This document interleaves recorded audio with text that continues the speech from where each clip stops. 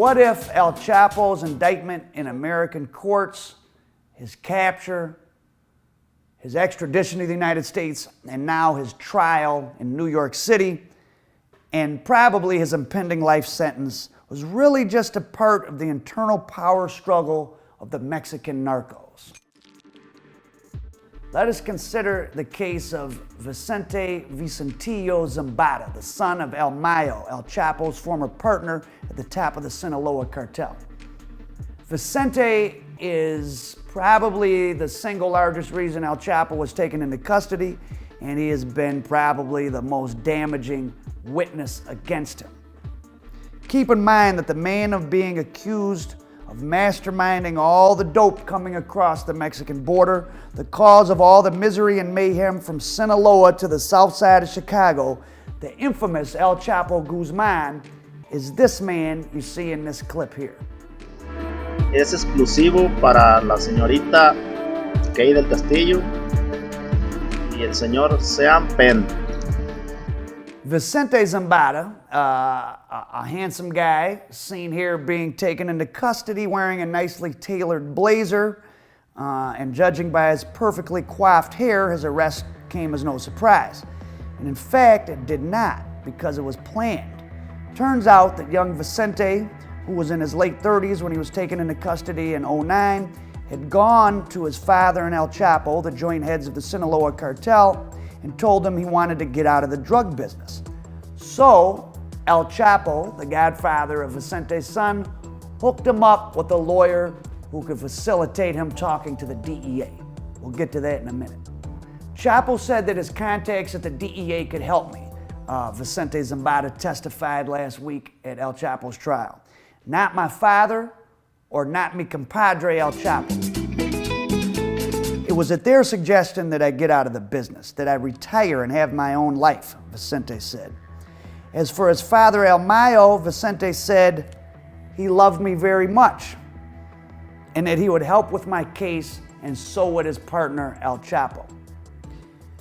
Vicente Zambada said that he knew El Chapo since he was 15 and that he had made El Chapo the godfather of his own son. What really was going on between all of these people is very hard to discern, but it's interesting.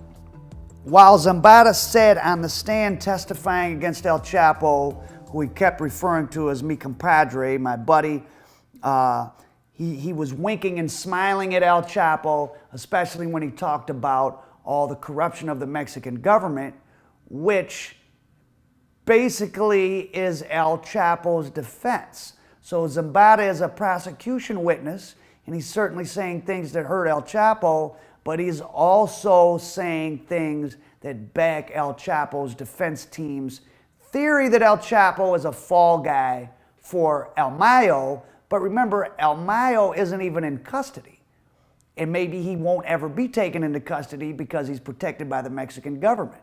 So his son, who is now set to get out of prison in just another year or two, or maybe now, is he really snitching on his own father if his own father will never be taken into custody?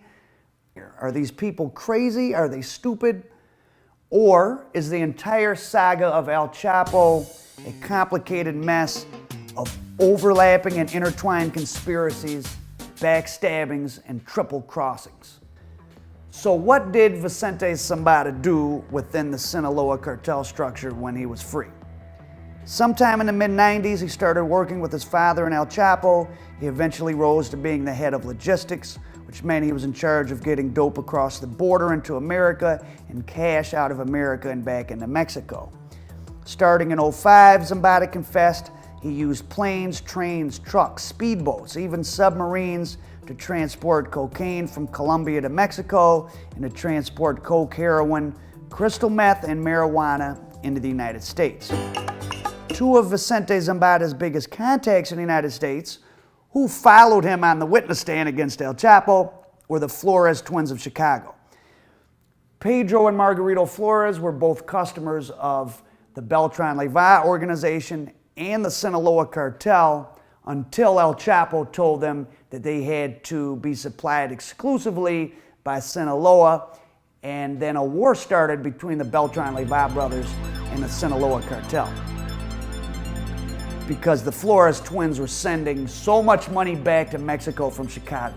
Billions and billions of dollars. These two guys caused a war, basically. The U.S. federal prosecutors call Zambada a logistics coordinator, but that's not what the Mexican Joint Chiefs of Staff, their military, can call him. They say he was also in charge of procuring weapons for the war against the Beltran-Leyva brothers and any other rival to the throne of dominance of the Sinaloa Cartel. The war between Sinaloa and the Beltran-Leyva brothers alone cost thousands of lives, and Zambada himself gave tons of information about the massive flow of weapons he bought and used in this war. The wiretap phone conversations that the Flores twins of Chicago provided with them talking to Vicente backed this up. Vicente asked Margarito Jr. on the phone to obtain explosives and military-grade weapons. They even discussed a plan to send a message to the American government by setting off an explosion near a government or major media building in Mexico City, though this obviously never happened. Twin, Vicente says in one call, you know guys coming back from the war. This would have been the Iraq conflict that the U.S. was engaged in. Find somebody who can give you big, powerful weapons, American stuff. We don't need that small stuff. I want to blow up some buildings. We need a lot of grenades. We need a lot of 50 calibers. We're tired of AK-47s. This is the so-called logistics manager who the U.S. government cut a deal with, who's probably going to get out of prison very soon, and whose father, who's just as big and powerful as El Chapo, is still free. Keep that in mind. Vicente Zambada testified that during the Sinaloa fight with the Leyva brothers, which was composed of death squads made up of thousands of hitmen, the Sinaloa Cartel was buying more than 100 weapons a month and millions of dollars in ammunition. This was every month. And Vicente Zambada was one of the people in charge of this munitions flow into Mexico from the United States. This is the smuggling you don't hear about in the American media or when Donald Trump calls for a wall.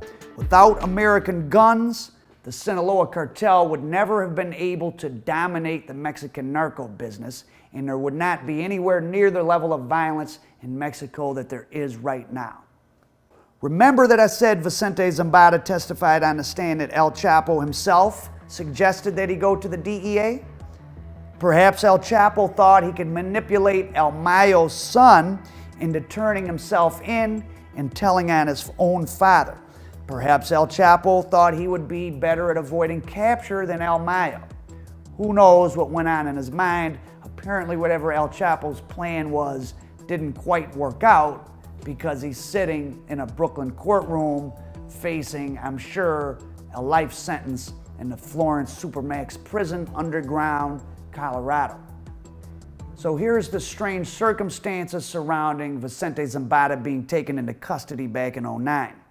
Vicente met with two special agents from the DEA in an upscale Mexico City hotel located across the street from the U.S. Embassy. The meeting had been arranged by Humberto Loya Castro, who was a lawyer and advisor to the Sinaloa Cartel. Just 5 hours after meeting with the DEA, Zambada's safe house in Mexico City was raided and he was being taken into custody. But look at these pictures of Zambada right after his arrest. He looks like he had gotten dressed and manicured in preparation for a photo op. Not that he was surprised in any way by a raid of what would have been a massive amount of Mexican military police. Vicente's defense lawyers at first argued that Loya Castro had agreed to serve as a go-between in the DEA's communications with the cartel, and Zambada entered a plea of not guilty. The not guilty plea was based on a pre-existing immunity agreement with the DEA.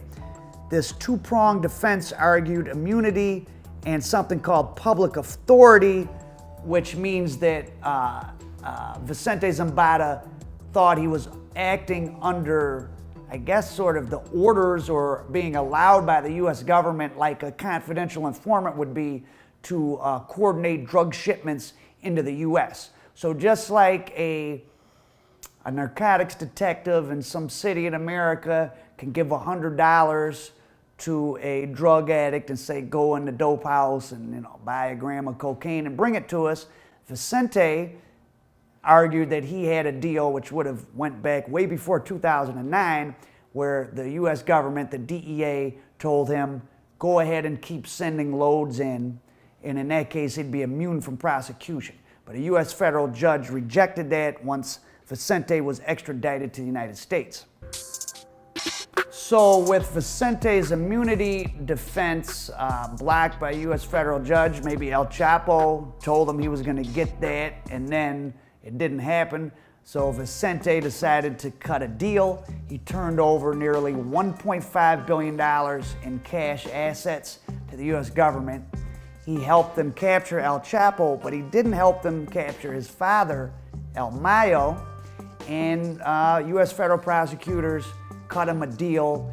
After the conclusion of El Chapo's trial, he's going to be sentenced to 10 or 12 years, which he has about 9 or 10 years in custody now, which means he'll be getting out any time now. Vicente Zambada also told the court that in 2012 he was pulled out of a cell, handed a telephone by his handlers in the DEA in the bowels of some federal holding facility, and it was his father on the phone. What they talked about, I don't think came out on the stand, but how is it that the U.S. government was able to talk to El Mayo on the phone, but they couldn't find El Mayo to arrest him?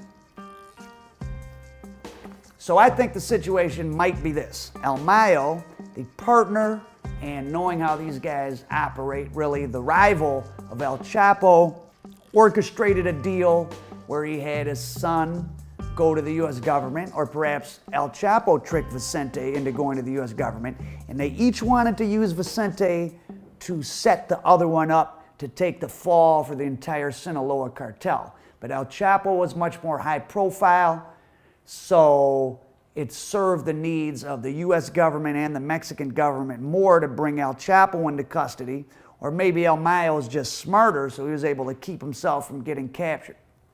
Vincente turns in $1.5 billion in money to the U.S. government, a free man.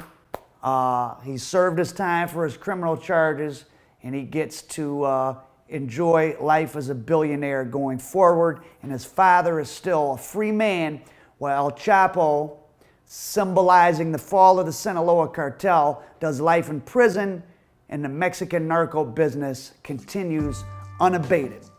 The king is dead. Long live the king. The trial of El Chapo.